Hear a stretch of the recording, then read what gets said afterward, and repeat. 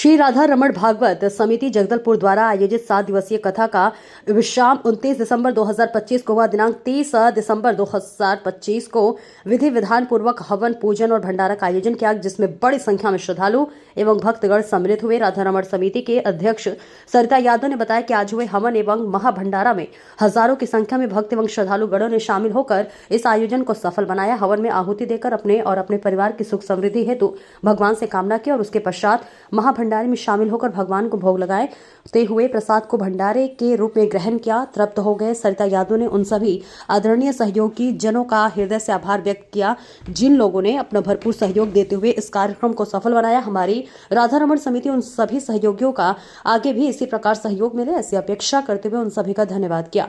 Today 24 news के लिए जगदलपुर से डिविजनल हेड सुनील साहू की रिपोर्ट। तिवारी राधा रमण भगत जो समिति है उसकी संरक्षिका हूँ। बाकी तो सब सरिता यादव ने आप लोगों को बता ही दिया। 7 दिन जितना आनंद आया, इतना मजा आया, उतना ही आज दुख हो रहा है, क्योंकि आज हम लोग बिछड़ जाएंगे। और इतने भव्य रूप से ये हुआ कि जिसको सबने सराहना की है, और हर साल इसी तरह होता है। और मैं आशा करती हूँ उसी तरह होता रहे और ये अध्यक्ष बने रहे और इसी तरह भागवत करवाती रहे। बोलो भागवत भगवान की जय, राधा रमण समिति की जय। धन्यवाद। जय जय श्री राधे। मैं श्रीमती सरिता यादव, अध्यक्ष श्री राधा रमण भागवत समिति जगदलपुर। अत्यंत ही हर्ष का विषय है कि विगत 17 वर्षों से निरंतर चलने वाली अविरल धारा श्रीमद् भागवत कथा का कल विश्राम हुआ और आज हवन और पूर्ण आहुति के पश्चात भंडारे का आयोजन किया गया है, जिसमें श्रद्धालुगण सुबह से ही निरंतर कतारबद्ध होकर बैठकर भोजन का आनंद ले रहे हैं और हजारों की संख्या में निरंतर भोग प्रसादी लेकर श्रद्धालुगण यहाँ से जा रहे हैं।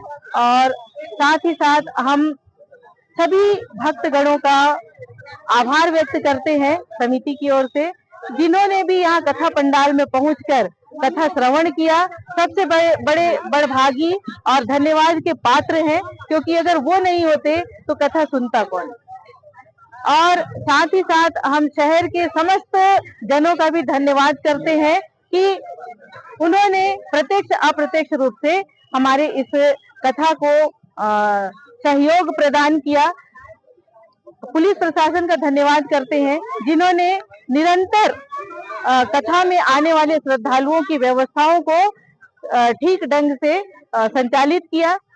हम धन्यवाद करते हैं नगर के प्रथम नागरिक महापौर जी का कि वो कल आए और कथा श्रवण किए हम सबके साथ बैठकर।